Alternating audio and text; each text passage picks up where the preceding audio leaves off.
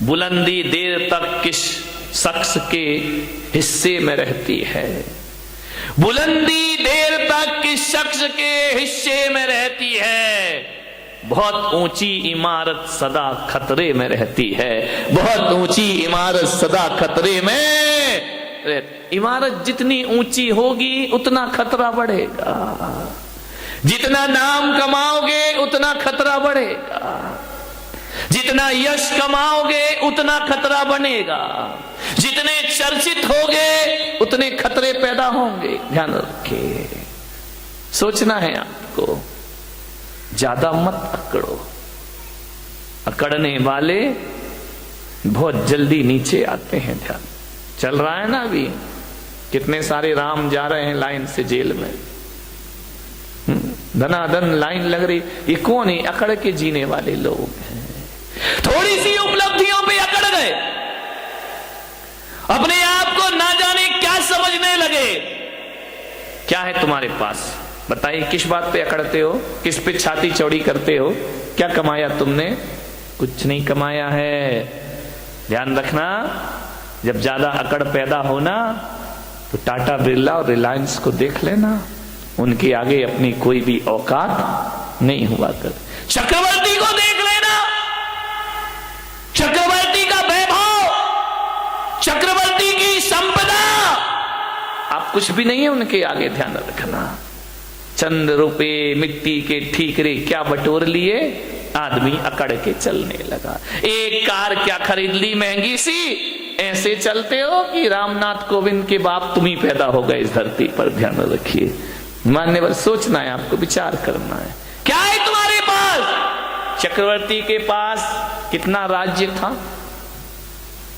कितना राजा होता? चक्रवर्ती की संपदा कितनी होती है? 6 खंड का राजा,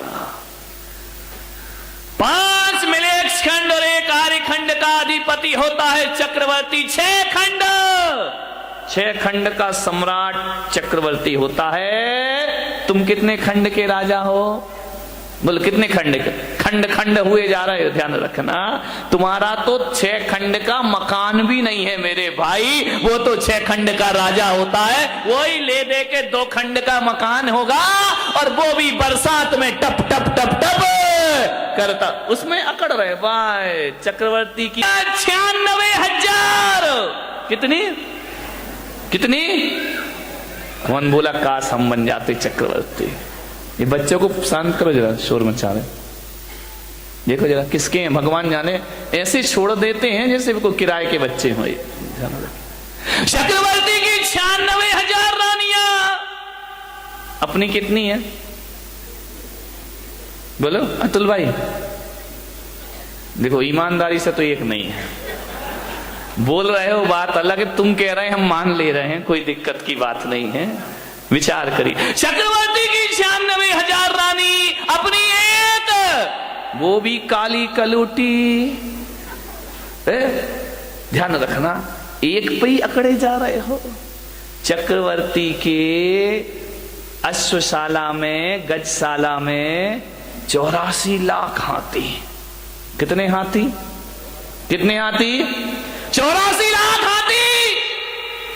बारामती के चक्रवर्तियों, कितने हाथी तुम्हारे यहां? बोलो, शांति सेठ नहीं आए क्या? कितने हाथी?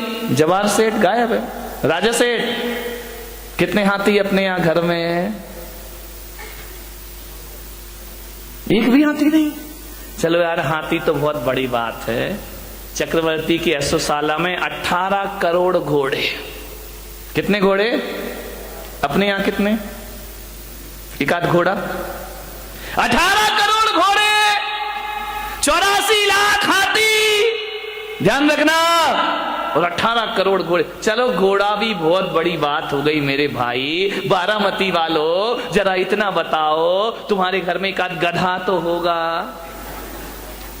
गधा भी नहीं है। ना तुम्हारे घर में हाथी है, ना तुम्हारे घर में घोड़ा है, ना तुम्हारे घर में गधा, एक आध गधा।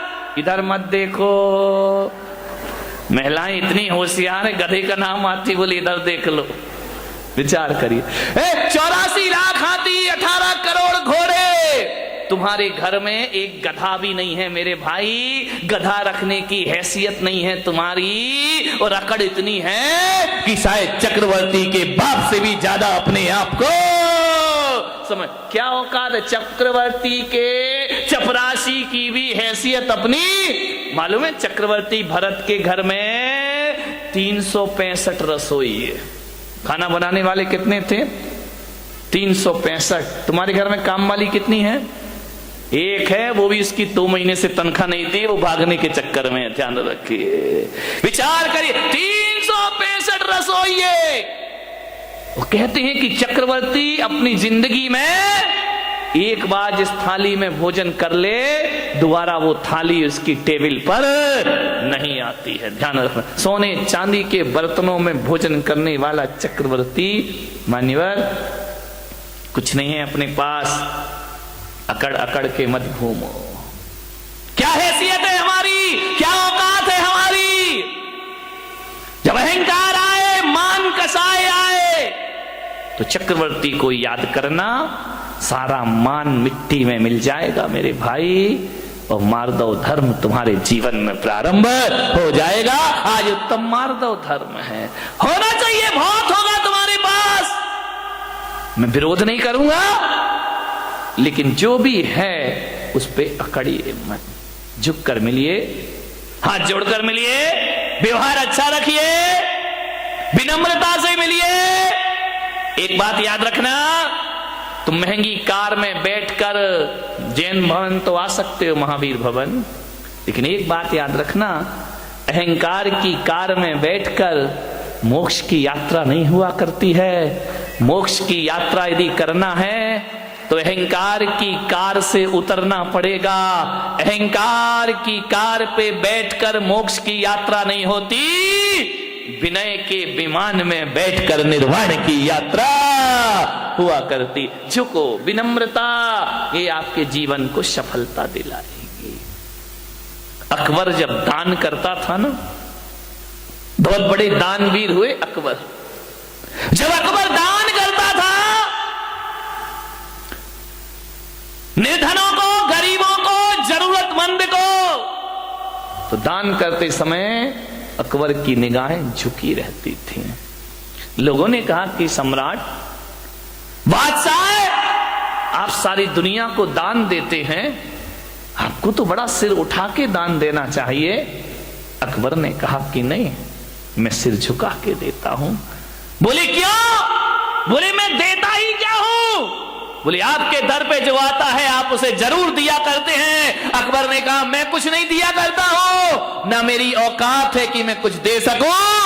अकबर ने कहा कि मैं कुछ नहीं देता। तो बोले आपकी निगाहें नीचे क्यों होती है? बस बोले मैं अंदर इतना ही चिंतन चलते रहता है कि ये जो मैं दे रहा हूं ये मेरा नहीं है, देने वाला तो ऊपर वाला होता है। अरे ये मेरी किस्मत है कि उसने मेरे हाथों को स्वीकार किया और लोगों को देना मैंने प्रारंभ किया। देनहार कोई और है, भेजत है दिन रैन।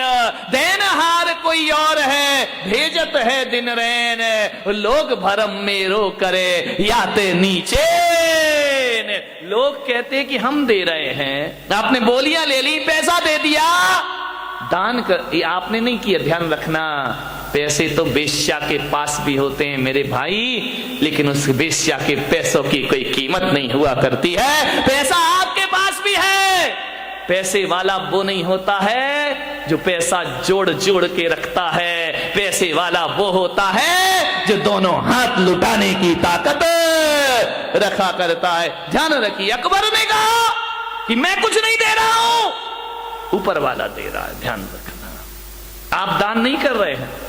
थोड़ा सा दान करके मेरा नाम नहीं लिखा, मेरा नाम नहीं आया, मेरा फोटो नहीं छपा, मान महाविश्वरूप करही नीच गति जगत में। ध्यान रखिए, कुछ नहीं, जब भी दान देने का भाव जगे, अकड़ना मत। हमने इतना दिया और हमें पूछे ही नहीं, हमें माला ही नहीं पहनाई, हमारा नाम ही नहीं लिया, हमने इतना काम किया, हमें कुछ सम्मान ही नहीं मिला। मान महाविश्वरूप करही नीच गति। ध्यान रखना, यदि संतों का कोई काम कर दिया तो कोई एहसान नहीं कर दिया है, एहसान तो संतों ने तुम पर कर दिया जो तुम जैसों से सेवा स्वीकार कर ली। ध्यान रखना, आपके ऊपर संत का एहसान है, आपने संत पे कोई एहसान नहीं किया। ध्यान रखना, अकबर ने कहा एहसान तो ऊपर वाले का है जिसने मुझे इस योग्य बना दिया। ध्यान रखिए, देनहार कोई और है, भेजत है दिन में, लोग भरम में रो करे याते नीचे में। मेरे भाई, माधव धर्म कहता है किसी का परोपकार करो तो इस हाथ से करो और उस हाथ को पता नहीं चलना चाहिए। ध्यान रखना, खबर ही नहीं होना चाहिए। वह माधव धर्म। 1000 रुपए का, 500 रुपए का पंखा क्या दे देते हो, हर पंखुड़ी पे नाम, फलाने सेठ की स्मृति में, उनके पुत्र, उनके पौत्र। कमाल हो गया। एक पंखे में मैंने देखा इतने नाम लिखे, इतने नाम लिखे। वो तो गनीमत थी कि पंखा 3 पंखुड़ी का था, 4 का होता तो और पुरखों के नाम भी उसमें आ जाते। अब कुछ लोगों को ये भ्रांतियां हो गई हैं कि जहां पर जैन मुनि रहते हैं वहां पानी नहीं गिरता है। मैं उनसे कहता हूं यदि आंखें हो तो देखें इंदौर में क्या हो रहा है, पानी ही पानी हो रहा है। और ना जाने मेरे साथ ऐसा क्यों होता है। मैंने जयपुर चातुर्मास किया, 6 साल से वहां पानी नहीं गिरा था। और जिस दिन हमारे कलश की स्थापना हुई वहां झमाझम बरसात हो जाया करती है। यहां पर हमारे वो लोग भी बैठे हैं जो हर चातुर्मास में जाते हैं। नागपुर में स्थापना हुई, झमाझम बरसात हुई, ग्वालियर भीगा, आगरा भीगा, मुंबई के भीगने की तो बात ही मत करो। सूरत में पानी, उदयपुर पानी, बांसवाड़ा पानी।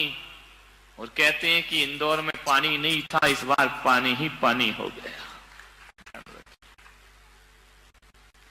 लोग भ्रांतियां पाल लेते हैं। ये बहुत गलत धारणा पूरे देश में व्याप्त है, कुछ लोगों में, गांव के लोगों में, कि जैन मुनि जाए वहां पानी नहीं गिरता है। आज तो इतना गिर रहा है भाई कि लोग प्रवचन में नहीं आ पा रहे हैं। ध्यान रखिए। मैंने कहा था ना इंदौर वालों, दशहरा मैदान में जो प्रवचन होंगे, ऊपर से ऊपर वाला बरसेगा और नीचे से मैं बरसूंगा। आप ऊपर से भी भीगेंगे और अंदर से भी भीग जाएंगे। ध्यान रखिए, हरियाली ही हरियाली।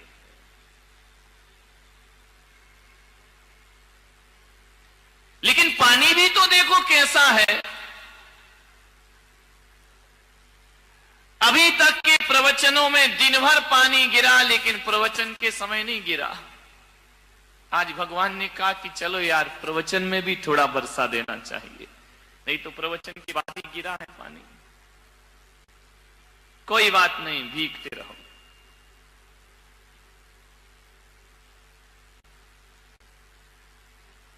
आज थोड़ी सी तुम्हारे परिवारों की बात कर लेता हूं। तुम्हारे घर की बात कर लेता हूं।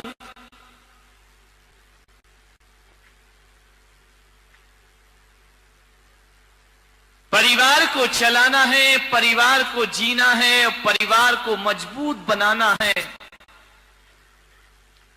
प्रत्येक सदस्य का यह कर्तव्य होता है कि वह यह संकल्प कर ले कि किसी भी परिस्थिति आ जाए हम अपने परिवार को कभी टूटने नहीं देंगे। ध्यान रखना, पहले के लोग ये सोचा करते थे कि हमारा परिवार कैसे एकजुट रहे, कैसे बंधा रहे, और आज के सोचते हैं ये परिवार कैसे टूट जाए। ध्यान रखना, एक रखो परिवार। परिवार को जोड़ने के लिए 3 बातें आप याद रखिए। ये 3 बातें नहीं, ये 3 रत्न हैं। ये 3 बातें नहीं हैं, ये तीनों लोग की संपदा है। इन्हें केवल 3 बातें समझ के मत छोड़ देना, ये तुम्हारी 3 पीढ़ियों को सुधार देंगे। ध्यान रखना, 3 बातें आपको याद रखना है, और उन 3 बातों से तुम्हारा परिवार चलता है, तुम्हारा घर चलता है, तुम्हारा व्यवहार चलता है, तुम्हारा जीवन चलता है। मात्र 3 बातें याद रखो। 3 का बड़ा महत्व है मेरे भाई। यदि स्टेशन पर तीसरी घंटी बज जाए तो ट्रेन आ जाती है। ट्रेन का जो लोग इंतजार करते हैं, पहली घंटी, दूसरी घंटी, तीसरी बजी की ट्रेन आ गई। 3 का बड़ा महत्व है। विद्यार्थी स्कूल में परीक्षा देने जाते हैं, 3 घंटे बजते पेपर छीन लिए जाते हैं, क्योंकि 3 घंटे बज गए। 3 घंटी यदि बज जाए, 3 का बड़ा महत्व है। मोक्ष मार्ग में भी 3 का महत्व है। सम्यक दर्शन, सम्यक ज्ञान और सम्यक चारित्र्य जिसे मिल जाए उसे मुक्ति हो जाया करती है। और तुम्हारे रसोई घर में जाके देखो तो प्रेशर कुकर की 3 सीटी बज जाए तो भोजन पक जाया करता है, फिर और 4थी सीटी का इंतजार नहीं हुआ करता है। और जिंदगी को देखो तो बचपन, जवानी और बुढ़ापा, यहां भी 3 है, और 3 ही रोग लगे हैं। महावीर कहते हैं तुम्हारी जीवन में जन्म, जरा और मृत्यु। पूजा में पहले यही सोच के तो जल चढ़ाते हो ना कि जन्म का नाश हो जाए, जरा का नाश हो जाए और मृत्यु का ना। और जिस दुनिया में तुम रहते हो उसमें भी 3 लोक हैं, ऊर्ध्वलोक, मध्यलोक और पाताल लोक। एक पाताल लोक है, एक नरक लोक है, मनुष्य लोक है और स्वर्ग लोक। ये 3 ध्यान रखना, 3 हर जगह महत्वपूर्ण होते हैं। वैदिक परंपरा कहती है ब्रह्मा, विष्णु, महेश 3, और जैन परंपरा कहती है कि जासो पूजो परम पद देव शास्त्र गुरु 3। 3 का ही महत्व, जहां जाओ वहां 3 है। और ये मत सोचना कि 3 तिगाड़ा काम बिगाड़ा। 3 से काम बन भी जाता है और 3 से काम बिगड़ भी जाया करता है। 3 का बड़ा महत्व होता है। 3 से ही हमारी दुनिया चलती है। 3 से, और कहते ना 1 बार माफ करो ठीक है, 2 बार माफ करो ठीक, तीसरी बार कोई माफ नहीं करता। ध्यान रखना, सोचना है आपको, 3 का बड़ा महत्व है। और जिस घर में 3 बहुएं हो, समझ गए ना, ये नहीं तो वो नहीं तो वो नहीं तो एक वाली कहां जाएगी बेचारी, कोई ठिकाने ही नहीं है।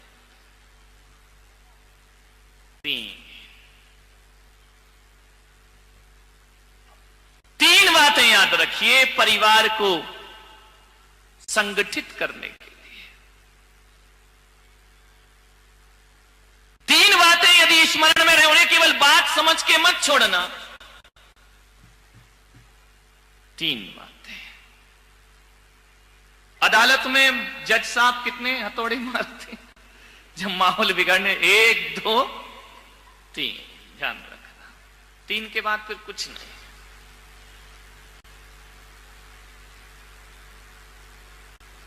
समझ लो तो ये 3 बातें जीवन का बहुत बड़ा सूत्र है। ना समझ पाओ तो कोई बात भी नहीं है। 3 नदियां बड़ी प्रसिद्ध हैं, गंगा, जमुना, सरस्वती। संगम हो जाता जहां तीनों मिल जाए, प्रयागराज बन जाता है, तीर्थ स्थान बन जाया करता है। इसलिए 3 ही दे रहा हूं, उसे चाहे गंगा समझो, चाहे जमुना समझो, तुम्हारी मर्जी है। सरस्वती समझो, तुम्हारी मर्जी है। अरे सम्यक दर्शन समझो तो तुम्हारी मर्जी है। सम्यक ज्ञान, सम्यक चारित्र समझो तो तुम्हारी मर्जी है। और जीवन में 3 का ही महत्व होता है। एक माँ का महत्व होता है, एक महात्मा का महत्व होता है। ध्यान रखिए, मैं पुलक सागर कहता हूं, यदि तुम मुझे सच्चा गुरु मानते हो तो पेन बना के मुझे जेब में मत डालो मेरे भाई। ध्यान रखना, अपनी जेब में बंद करने के लिए गुरु बनाया है क्या? मैंने कहा एक बात ध्यान रख, अरे दीवारों पे तस्वीर लगाए वो सच्चा भक्त नहीं होता, दिलों में तस्वीर बसा ले वो सच्चा भक्त हुआ करता है, जो दिलों में बसा के रखता है। ध्यान रखें, धड़कनों में बसा के रखता है। इनमें क्या होगा? फोटो पेन में कुछ नहीं होता है, सब बेकार की चीज। मान्य मान महा विश्वरूप करहि नीच गति जगत में। अहंकार से बचो। अहंकार बड़ा मीठा है।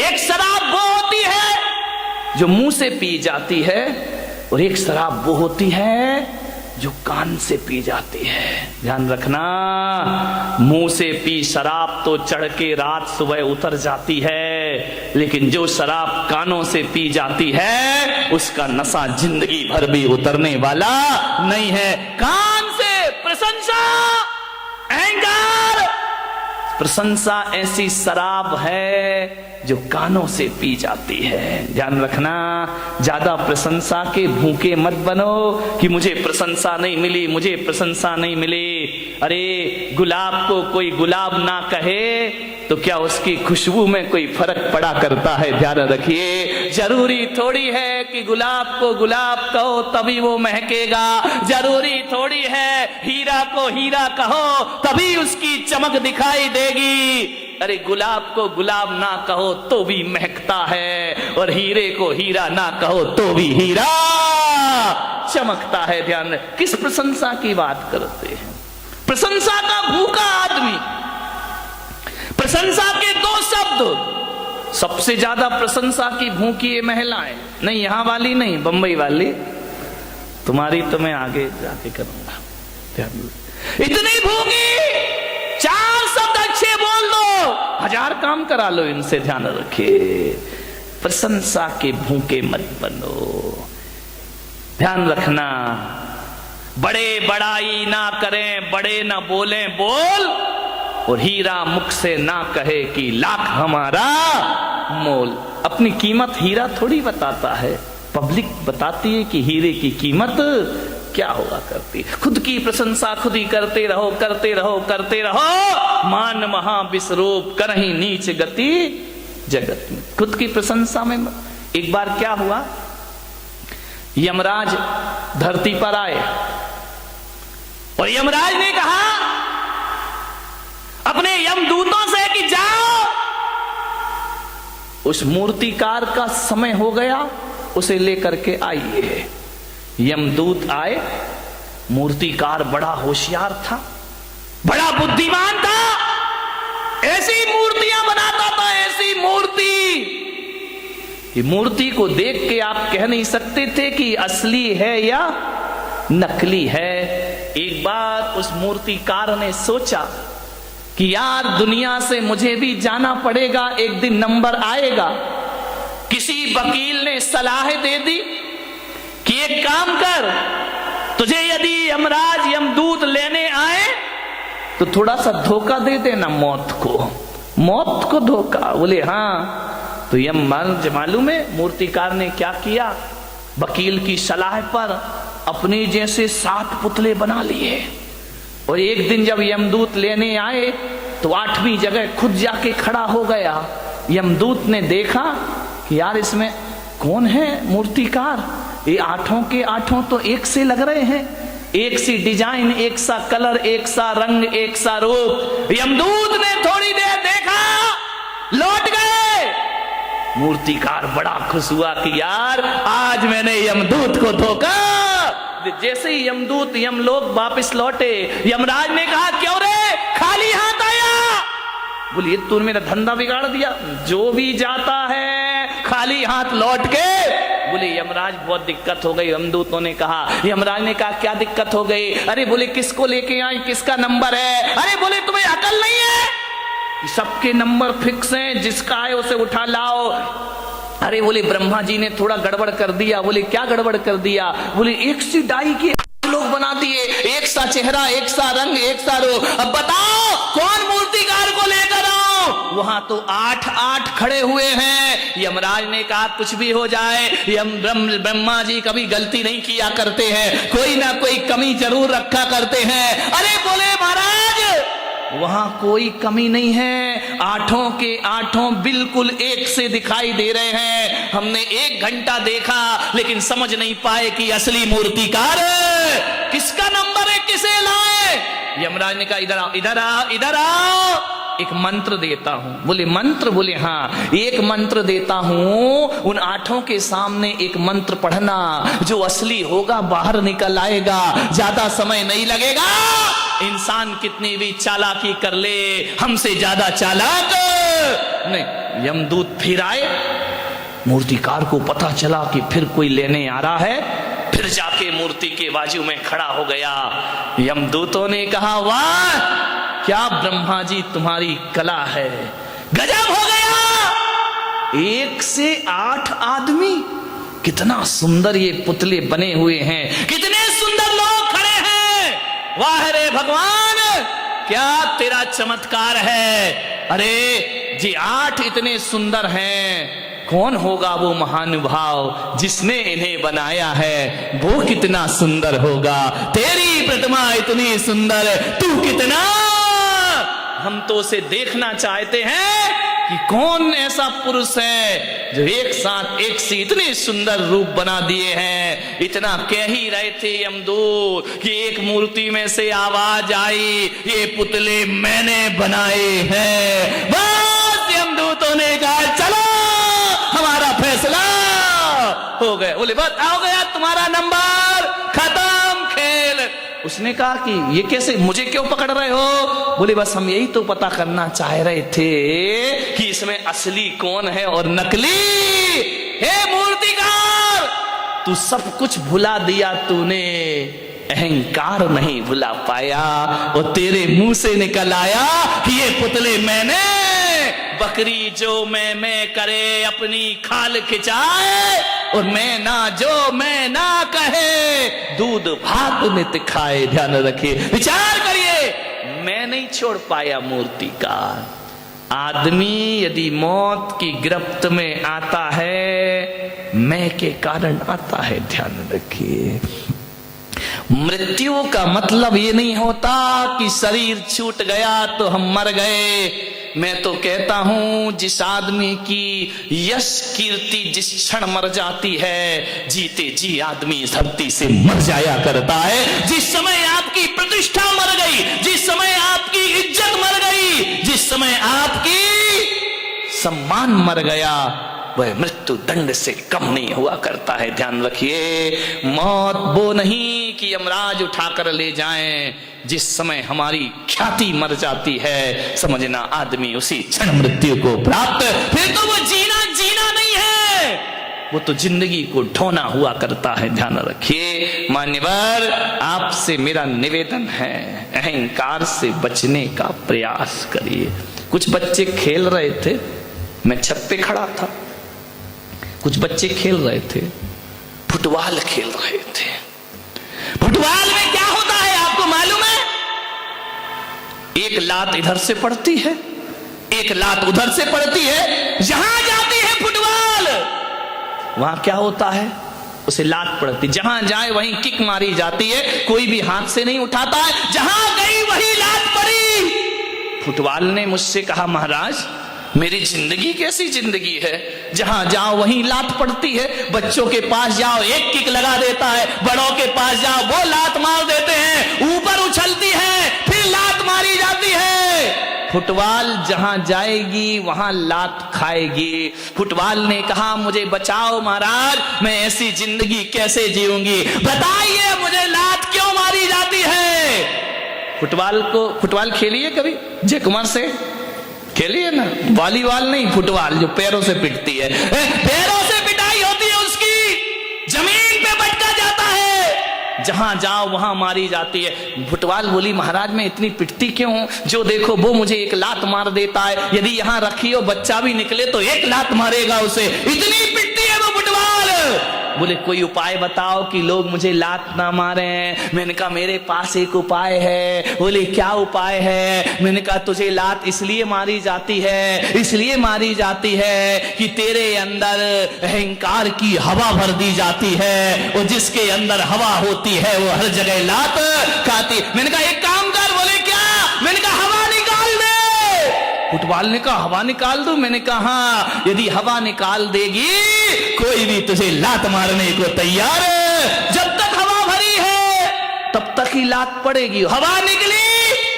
ए इंसान, बात फुटबॉल की नहीं, बात तो हमारी जिंदगी की है। जब तक अहंकार की हवा भरी है, घर में भी लात पड़ेगी, समाज में भी लात पड़ेगी। जहां चला जाएगा अहंकारी व्यक्ति, वहां उसे लात पड़ने के अलावा कुछ होने वाला। लोग कहते मेरा अपमान हो गया। धत तेरे की, सम्मान की हवा भरेगा तो अपमान तो होगा ही होगा, ध्यान रखिए। अरे सम्मान की हवा निकाल दे, अपमान होना अपने आप बंद। बताओ, जिस फुटबॉल की हवा निकल गई उसे कोई लात मारता है? बोलिए, लात मारते हैं क्या? जिसे लात पड़ रही थी जब हवा भरी थी, हवा निकल जाए तो लोग लात से नहीं, उस निकली हुई हवा की फुटबॉल को आदमी हाथ में उठा लिया करता है। ध्यान रखिए, जो व्यक्ति अहंकार छोड़ देता है, इंसान तो क्या भगवान से हाथों पे उठा लिया करते हैं। आज मार्दव धर्म है, मार्दव धर्म यही कह रहा है, अकड़ो मत। एक बार क्या हुआ, रोटी और जिसपे वो करते हो क्या होता है, बेलन से तो यूं होती है, उसके नीचे चकला, चकला ही बेलना धार, चकला समझ गए? चकला बेलन, बेलन तो ज्यादा समझते होंगे, उपयोग जल्दी होता है। एक महिला से बाजू वाली की महिला बेलन मांगने आई, बोले बेलन देना बहन, अपना बेलन दे दे। उसने कहा क्यों? बोले पति आ रहे हैं। उसने कहा जल्दी लौटाना। बोले क्यों? बोले मेरे भी आ रहे हैं। ध्यान रखिए, मान्यवर। रोटी बेली जा रही है, बेलन और चकले पर छोटी सी होती है, उसको जब मालूम है ना कि अब रोटी मंगाऊं यहीं पे, उसको जब बेलन गोल गोल बेलता है तो रोटी बड़ी हो जाती है। और जैसे ही रोटी बड़ी हुई, रोटी ने कहा है चकले भाई, ओ चकले टकले, ओ बेलन। बोले क्या? बोले मुझे दे, तू उतना का उतना ही है, मैं कितनी बड़ी हो गई, तेरे हाथों में खेली इतनी बड़ी हो गई, चकले के बराबर हो गई। कितनी बड़ी हो गई मैं बहुत बड़ी हो गई।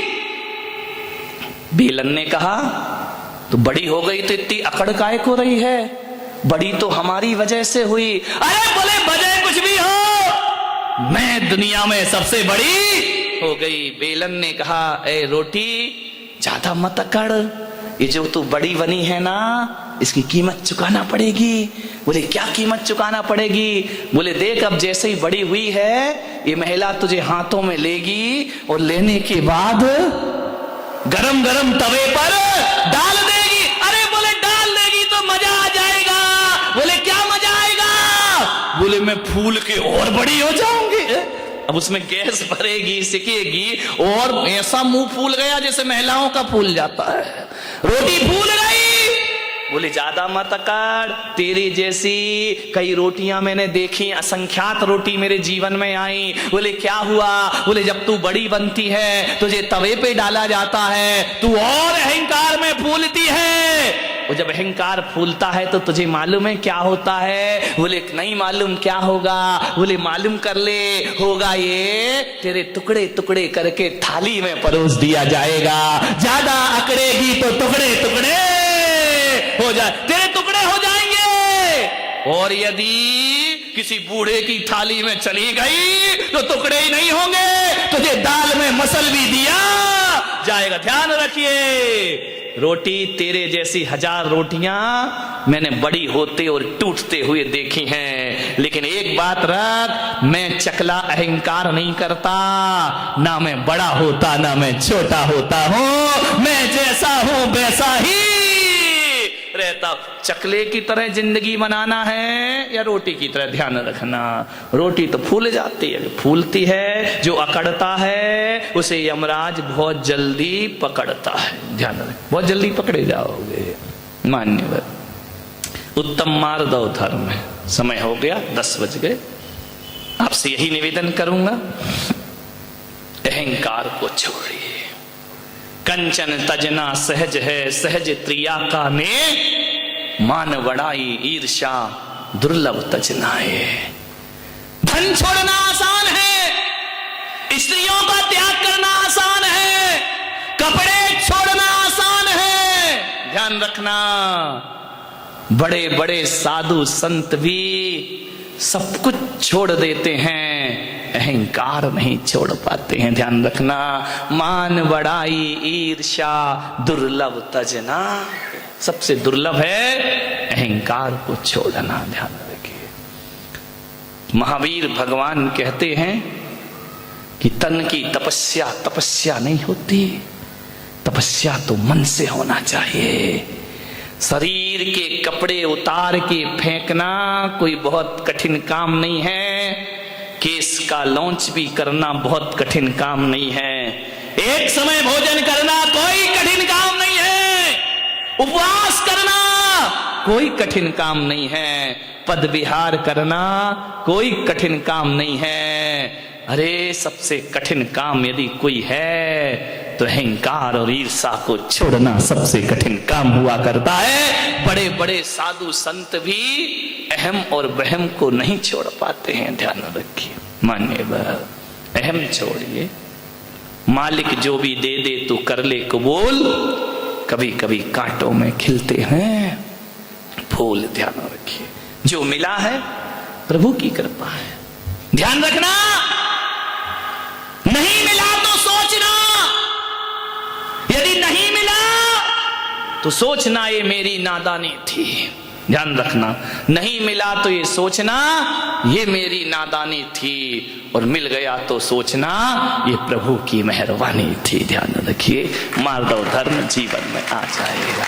नहीं मिले तो नादानी, मिल जाए तो प्रभु की मेहरबानी। ध्यान रखो, राम कृष्ण बुद्ध महावीर जीसस सब कुछ पाके भी इनका सब कुछ खो गया था। ध्यान रखिए, लेकिन ये लोग वो महापुरुष रहे जो अहंकार में नहीं जिए। मेरे भाई, जितना विनम्र हो सको, जितना सरल हो सको, जितने छोटे बन सको उतना लाभ होगा। ध्यान रखना, बड़े बनने में कुछ नहीं होता, बड़ा हुआ तो क्या हुआ, जैसे पेड़ खजूर पंथी को छाया नहीं फल लागे अति दूर। छोटे बनो, बाहर से नहीं भीतर से छोटे बनो। कोई किसी पर एहसान कर दिया तो आंख भर आए कि नहीं प्रभु की कृपा है, मेरे पास क्या है, कुछ भी किसी के पास नहीं। मान्यवर, अहंकार से बचने का प्रयास करें। आज दिन भर की साधना होना चाहिए, इसमें मत जियो अपने जीवन में कि हमने ये किया, हमने वो किया, हमने वो किया। तुमने कुछ नहीं किया मेरे भाई, जो उसने कराया वो हमसे हो गया। ध्यान रखिए, आप सबने सुना, अनुग्रहित हो। सभी लोग मंत्र जाप करेंगे। ओम ह्रीम उत्तम मार्दव धर्मंगाय नमः। ओम ह्रीम उत्तम मार्दव धर्मंगाय नमः। ओम ह्रीम उत्तम मार्दव धर्मंगाय नमः। ओम ह्रीम उत्तम मार्दव धर्मंगाय नमः। ओम ह्रीम उत्तम मार्दव धर्मंगाय नमः। ओम ह्रीम धर्मंगाय नमः। ओम ह्रीम उत्तम मार्दव धर्मंगाय नमः। ओम ह्रीम उत्तम मार्दव धर्मंगाय नमः। ओम ह्रीम उत्तम मार्दव